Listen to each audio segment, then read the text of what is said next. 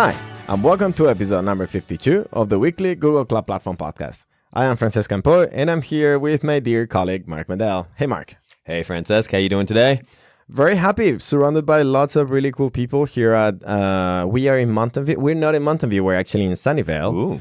Yeah, where the GDE Summit, the Google Developer Expert Summit, is taking place. Yeah, it's been really, really cool. We're hanging out with all the Google Developer Experts. They're all excellent people, and it's very happiness. They're so interesting. So many cool interviews. We're going to have a bunch of short interviews where they're basically going to be telling us about what they do, and they do really cool stuff. They do really cool stuff, and they do a bunch of events all around the world, so it's well worth listening to. Yeah, and then at the end we'll have a question of the week that comes from Slack, apparently. Yeah, it comes from the Slack community. Really cool question about data store. Yeah, it involves it is interesting because actually when I heard the question, I was like, I'm actually not sure about the answer, and then I was like, oh, it makes sense. Yeah, but yeah, so that will be at the end. But before, we're gonna have our cool thing of the week. And today is actually about a blog post. Yeah. And it's a really cool blog post. I really like it.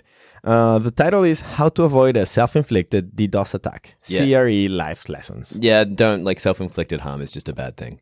The worst part is that I've actually done the things that they say, do not do this. I've totally written code that did this. Yep. And I think it's one of these articles where you read it and you read it and you're like, oh yeah, that totally makes sense. But until somebody tells you to do these things, you're like, why would that be a thing? Yeah. So I actually, the one that I wrote is actually the first one. I don't do that. Where it says try exponential backup. So if something fails.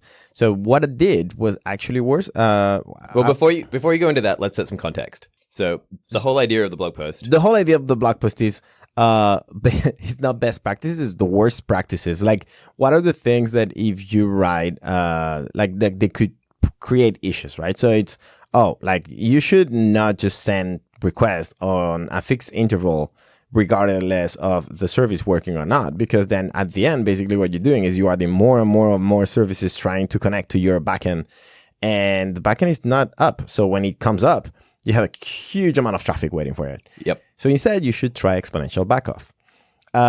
What I did was even better. I actually wrote an app engine app that whenever it could fail, it gets in the message to itself.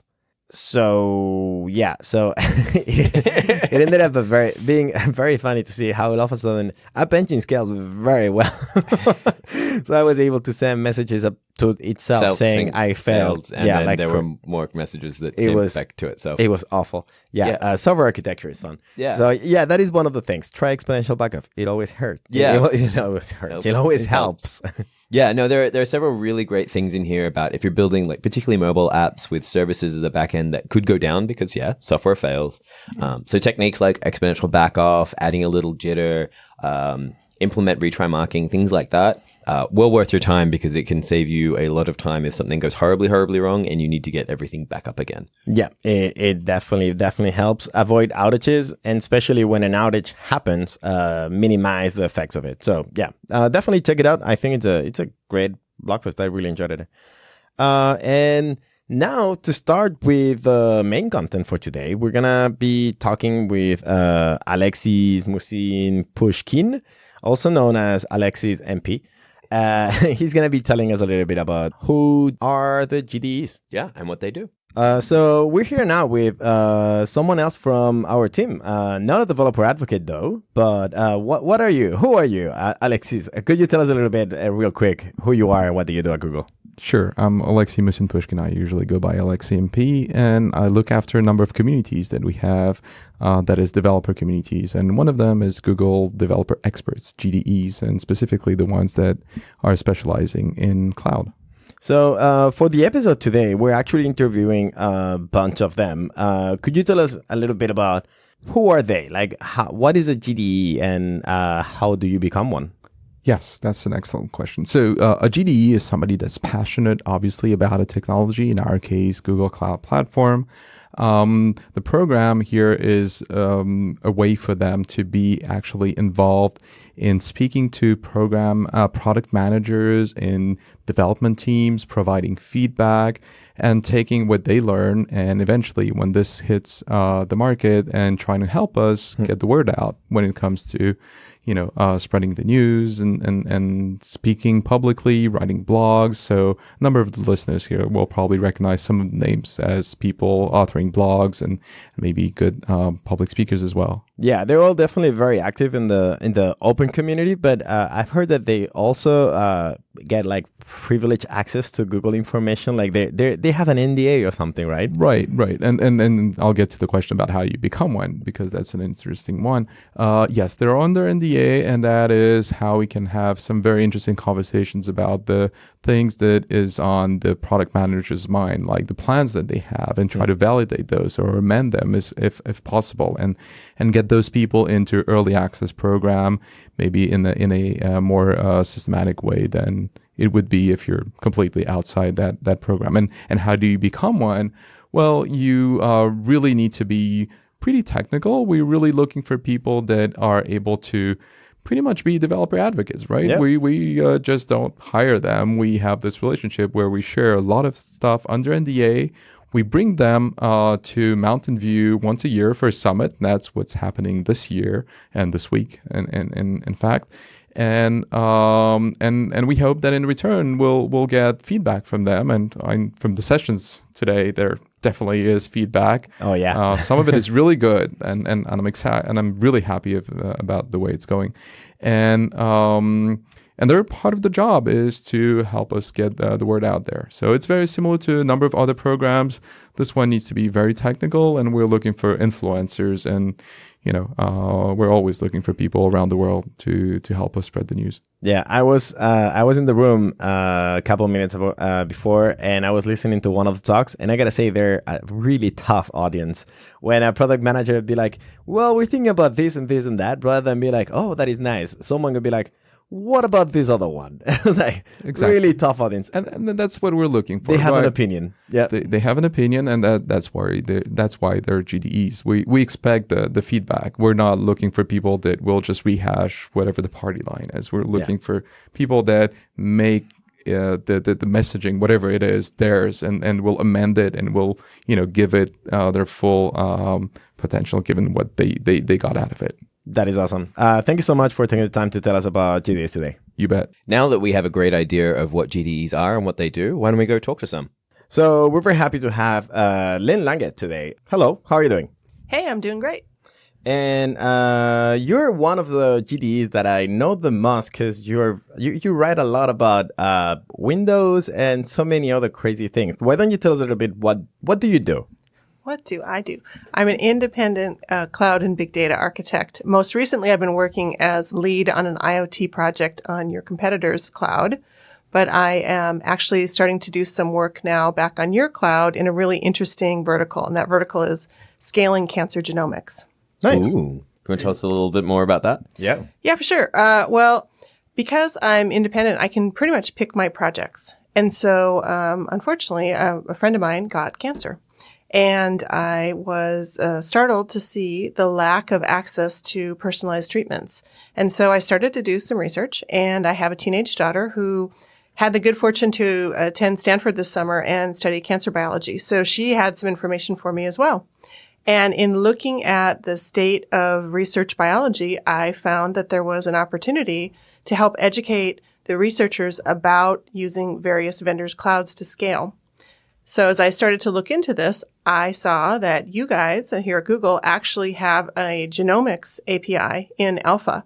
And being a GDE, I have access to some of these alpha, things that you guys have. So I got access to it and started working with it and started learning biology. And here we go. That sounds awesome. That's really amazing.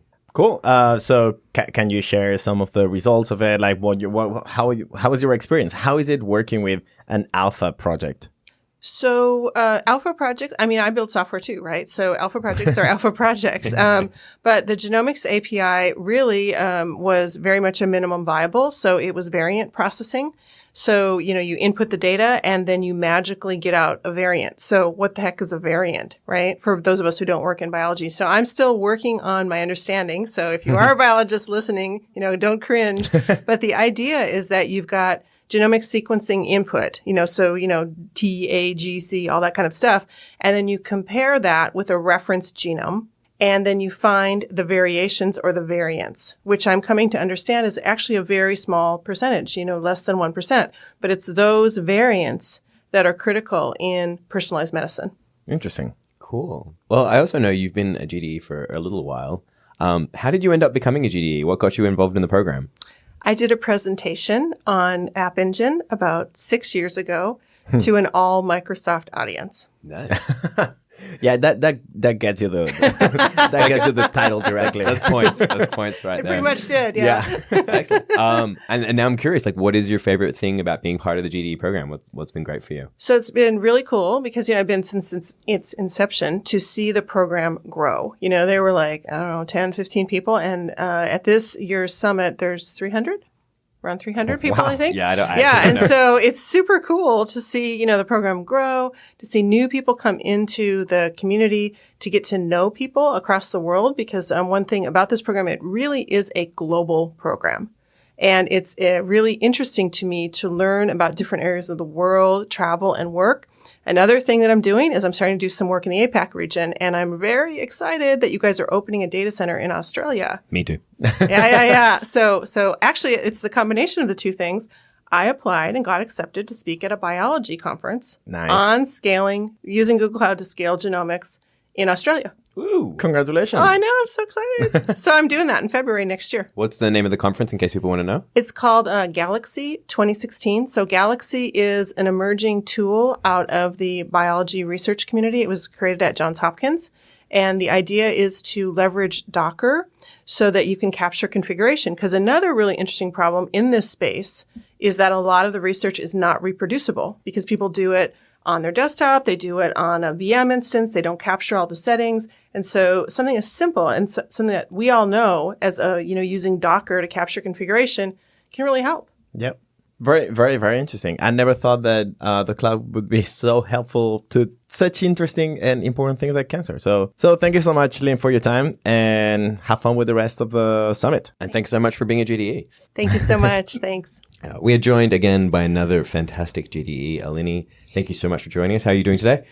I'm doing terrific. Great. Really Wonderful. good. Thank you so much for being a GDE. Can you just tell us a little bit about you and what you do?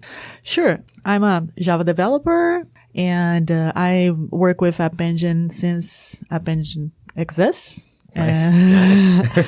And I absolutely love the two because just make our life incredibly easy. And, I hate DevOps, and App Engine just saves my life. And, and since then I never stopped, and I'm glad it's still out there and working great. Nice. So, are you independent? Do you work for a company? Yeah, I used to work with a lot of companies like Nike, Qualcomm, Citibank. Heard of them. Yeah, kind of like that. And, you name it. In Brazil, I'm from Brazil too. So a lot of companies in Brazil. But now I'm a little bit tired of corporation world, and I'm playing with a few startups, and let's see how it goes. Excellent. Whereabouts are you located? I'm located in Brazil, in Rio. Yep. Cool. And so as a GDE, are there communities out there that you're involved with, or events, or any fun stuff about that in that sort of region that people should know about if they want to be interested in Google Cloud? Of course. Not specifically for cloud, Google Cloud, and forget about App Engine. And, but there are a lot of Google events out there, and they're growing a lot. And, I just went to a Dev Fest and our central Brazil, and was 600 developers. Was it Belo Horizonte? It was Goiânia. Oh, how many Dev Fests do you have in Brazil? That's cool. Yes, we're big, and it's growing. It's popping up all over the place. Yeah. So, and that's good because this is all new things happening. It wasn't like that before. So it's being like that now. Cool. Could you tell us a little bit about how you became a GDE? Yeah. So a lady that I'm obviously a fan of, We all are. Yeah. She calls Lynn Langett. She was the first GDE of the program, and, she basically invented that thing. So I'm joking, just cut that part. But, no, she was there since the beginning, and, we are friends from San Diego. I used to live in San Diego too. And we work together there, and we play, and we teach kids, and we do all, fun things over there we used to do. And as soon as she became a GD and it becomes a real program and it starts growing, she said, okay, I have to invite people. And, she saw me, invite me, and I jump in right away. And I said, what an opportunity, right? Yeah. What a real recognition.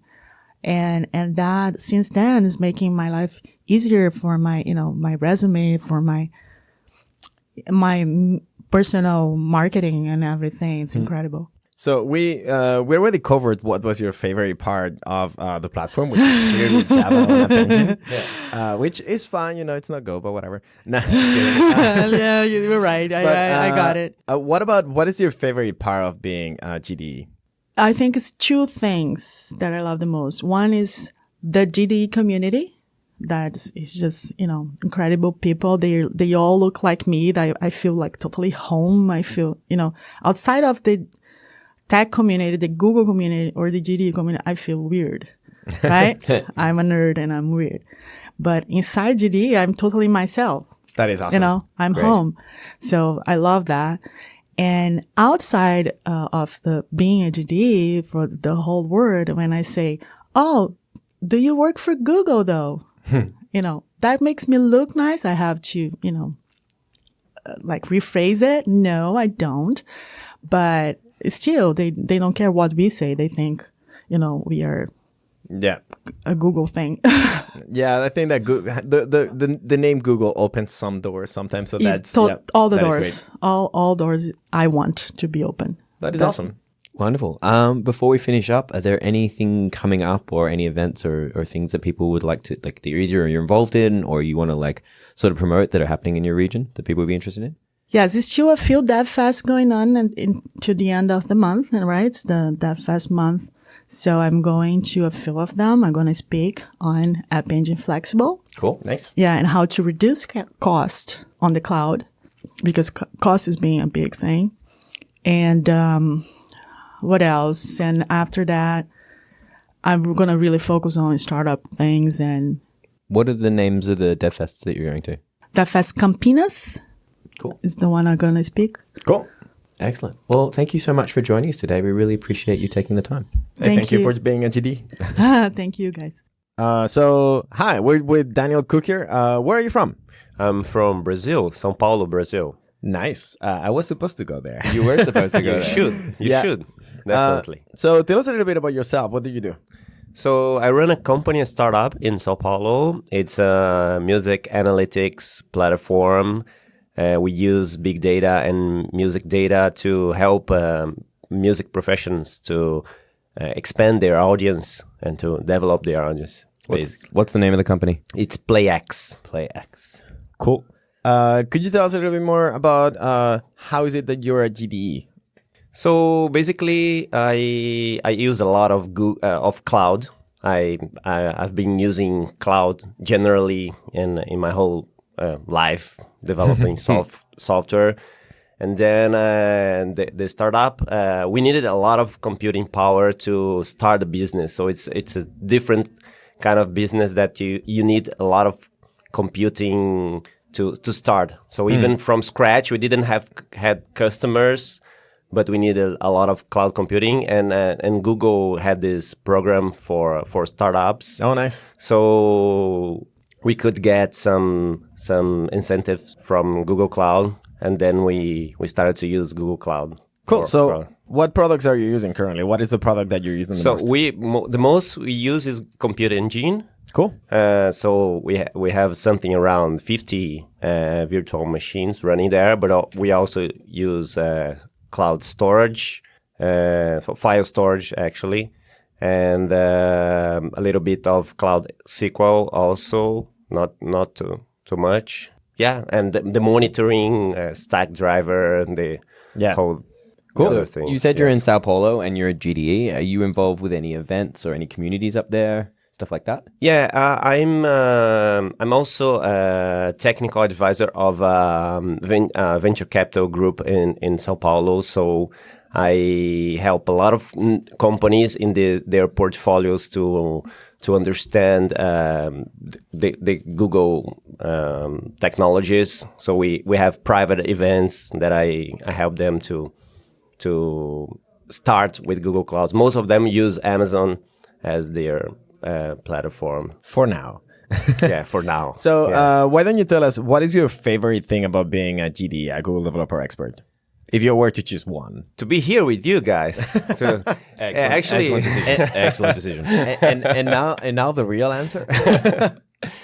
So it's cool to have access to primer information. So before the products get launched, so we can plan, and maybe when we know before anyone, we can let's wait because Google will launch something in the next month, or instead of trying to tackle this problem and do a lot of work on that, we can wait. And so having privilege information about that is cool, and also having access to many other developers, other experts, it's great because we can change knowledge, and this is wonderful. Cool. And one last question. What is your favorite product or feature of Google Cloud Platform? One feature that I think is very interesting is the preemptable instances. Nice. So we use a lot. So we could actually, and I wrote a blog post about it, could decrease our costs in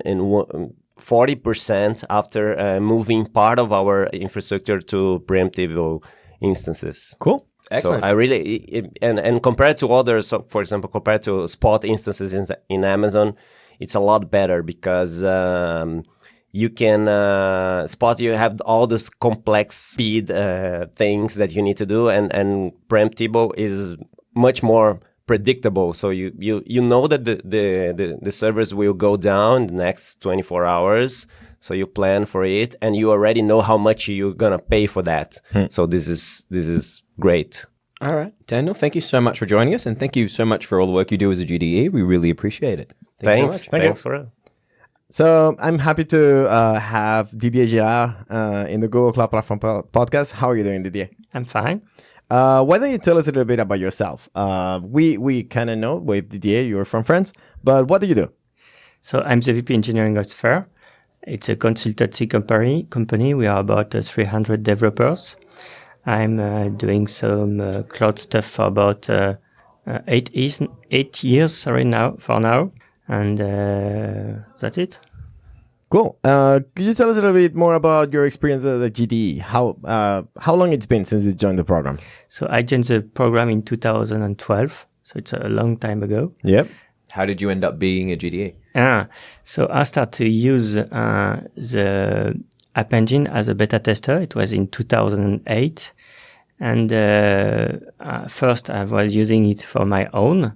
I built on top of App Engine, I built Android applications.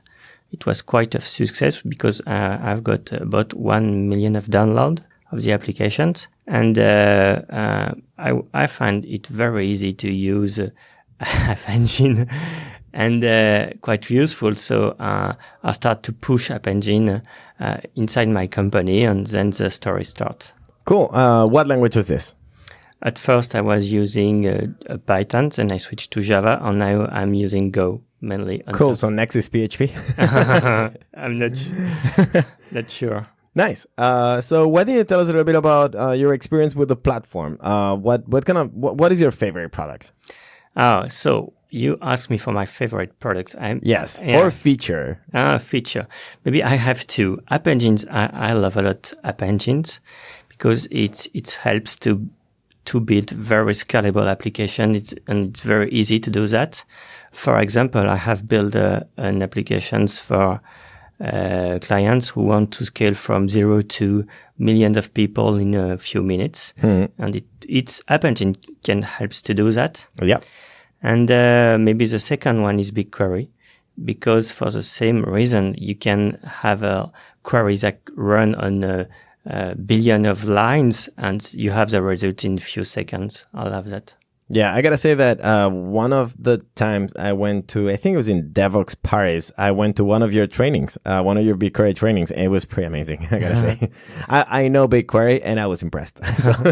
Well, it sounds like you hit up a number of events for doing presentations and training. What have been some of your favorite events that you've been talking at? I don't remember which one was the best. I don't know. Favorite? Which one? What's most memorable then? Yeah, I love to talk to DevOps, for example, also to DevFest, and to small event also, because of course it's fun to go to a large event with 100 of people, but sometimes you have very nice moment in a small place with maybe only 30 people, like in a Java user group or GDG or something like that. Yeah. Why don't you tell us about what is your favorite part about being a GD, being a Google Developer Expert? What I love is just to share what I know about the platform.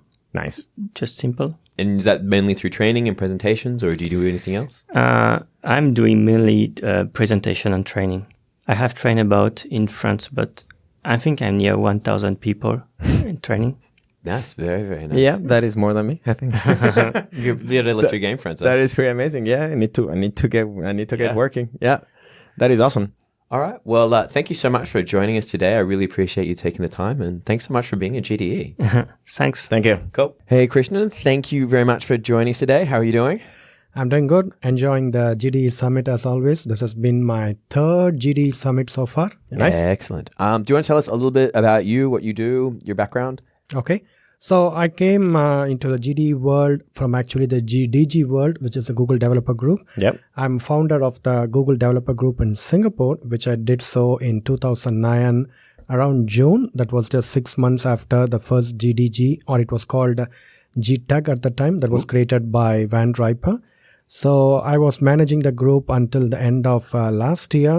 That is in 2015. And over the span of 5.5 years, I did 60 events, and I've given nearly 20 public talks in Singapore, Brunei, Taiwan, Malaysia, I think virtually over Bangladesh, and a little bit, I believe, in Indonesia as well. That's a fairly impressive resume. I assume that means you're based out of Singapore? I moved to the US. I had an opportunity to work on a Google Cloud Platform product. Yep. So I'm currently based in Washington, D.C. And Cool. I moved, I'm very new to US. So from this January, I'm living in Washington, D.C. Excellent. And on top of all these impressive activity, you also wrote a book. Yes, I did write a book. Thanks for remembering it. I remember that. Yeah. I reviewed it. Oh, yeah, you did. Thank you. So I wrote the first book on the Google Cloud Platform. It was called Building Your Next Big Thing on Google Cloud Platform. That's very, very passionate to me. That's because I got so much support from Googlers like yourself and also the other product managers who reviewed each and every chapter of the book. And I believe till today, that is the only comprehensive book that has been written. I am looking forward to have some time to actually rewrite the book, but probably in a different form, not as an entire book, because the pace at which the Google Cloud Platform universe is expanding, there is no way I can write one book cover to cover. It is just going to be, Bible very soon, right? That's By the time you finish the book, also we have news for new products. Yeah, exactly. Everything changes. Yeah. That is cool. It sounds like you've done a whole bunch of events. Were there particular events around the APAC region that you found were particularly great, like community events or conferences or anything like that? Considering you spoke so much around the area? So primarily my talkings were in the GDG meetups in Singapore, then on the DevFest in Brunei. Then there was one event, it was some kind of a cloud conference in Malaysia, I forgot the name, that was having a multi-vendors kind of thing, and I presented about the Google Cloud Platform there. Fantastic. Cool. So you mentioned that you've been part of the GDE program for at least 3 years. This is the third time that you come to the summit. That's right. What is your favorite part of being a GDE? Okay, my favorite part is the opportunity to test new technologies and to give direct feedback to the program managers, right? Or product managers. That's my favorite part of being a GDE. And that's where we feel that we are valued so much, and we are the small group of people who are valued by Googlers, by the Google as a company itself, where they're trusting us to, with all these upcoming things, and we can give the feedback. And in many cases, our feedback actually productized, right? Get absorbed into the product. Yeah, I really like that at the end of every single session, there's a Q&A, but it is not really a Q&A. It's just the audience giving their opinion about things, which is pretty awesome. Okay, yeah. So it's a very open discussion. Even today, I enjoyed every single session where I guess we didn't even have a Q&A at the end of it because we started interrupting the speaker. Yeah. And the speaker was just, It's enjoying. pretty awesome. Yeah, That's fantastic. Yeah. Excellent. Well, Krishnan, thank you so much for joining us. Thank you so much for being a GDE. We really appreciate you taking the time. And thank you for interviewing me. Thank you. So now we are joined not by one GD, but by two. We have Albert and Vikram. Hi, how are you doing? Hello. Hello, I'm good. Two GDEs are better than one. Yeah. And also, I think that the good story here is that they actually know each other. How do you know each other? So we actually met back in GCP Next last year. And since then, we have been in touch with each other. And he is in Indonesia, and I've been in India. No, I'm from Philippines. All right. Close. Southeast Asia. Pretty close. You pretty two close. clearly know each other very well. Yeah. So yeah, we have been in touch with other GDG communities and other events. Cool. So it's Google Developer Friends. That is so cool. Yeah. So actually, it was quite funny how we met. So we were standing in line in queue to the Cloud Vision booth, the Emoto booth. Yep. And then the guy said next, and I was like, okay, who's gonna go first? You. And the guy says, both of you, come over. And so we posed together, and then we introduced each other. I actually didn't get his name. He didn't get my name. We just sort of we had a picture together. And then my friend, a Googler back in the Philippines, said, "Oh, you're in GCP. Meet Vikram. You should meet Vikram." And then he tagged him to my profile. And then I looked, and I was like, I've met this guy. And so I started hunting him around again. GCP Next, missed connections. Yeah. I feel like there's a demo in that Yeah. that we could build. That is really cool. That's super cool. All right, so why don't you both tell us a little bit about yourselves and so what your backgrounds are and what you're doing? Why don't you... Okay, so I'm the CTO and co-founder of Symph. We're a branding, design, web, and mobile development company. So we do work for companies and governments. We do a lot of work. Maybe I think the brands you recognize will be like the government of the Philippines, it's a brand, the World Bank, and other clients as well, both local and overseas the Philippines. So we have a team of about 40 people. We do a lot of our work in Google Cloud Platform, obviously. That allows us to really build products for our clients quicker without having to worry about much of the DevOps. Yeah. So I'm a full stack developer at Omni. We are based out of San Francisco, and we are building a marketing. We are easing the marketing needs for all the analytics performance and whether it's machine learning on that, and using that to help marketers simplify their decisions and their data collection.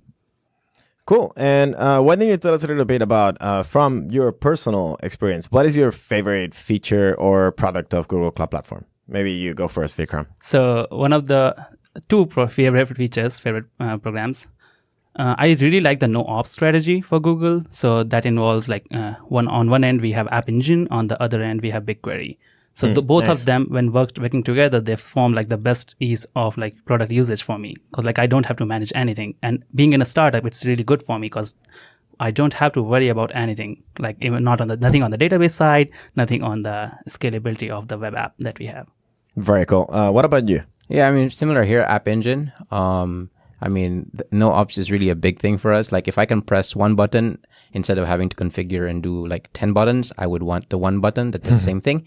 So I like App Engine very much. I also I don't know if it's Google Cloud. I don't really know what the official standard, but I really like Firebase, real-time database. It just really works really nicely. I mean, we spend hours, maybe even days, trying to replicate the functionality ourselves. But when you go Firebase, it just works. Yeah, I'm not sure if Firebase is technically part of Google Cloud Platform, but it's part of the family. We do love them. We love them. They're part of the family. We definitely love them. I think. I love them too. We do. So you're both GDEs. Why don't you tell us a little bit about what you do as a GDE and what some of your favorite things to do as a GDE is? All right. So I do a lot of talking. I like talking more than writing. So I don't have much of blogs or maybe even online material, but I do a lot of talks. So I go around, give talks, encourage students, maybe developers as well, on topics like App Engine, Firebase, even machine learning. So we talk about TensorFlow. We talk about getting started in TensorFlow and just going through tutorials and making sure that people are getting to know the latest and are getting on board, as opposed to just finding out what's there when they start working. Or So I really have fun doing that, and mostly just really speaking around the area. Cool. What about you? So I used to do a lot of public speaking back while I was in India, and since I moved here, my focus has changed from public speaking to direct engagements and writing more blogs and doing more hands-on testing and hands-on development of alpha products, which are already like we have access to. So I do those. I get feedbacks back to team, or I go direct engagements with other startups which are in Bay Area, or startups which like I have connected through from India, and I do like hands-on management and hands-on Consultancy? hands-on consultancy There you go. with them. Yeah. So that's really interesting. How did you both end up becoming GDEs? How did you end up there?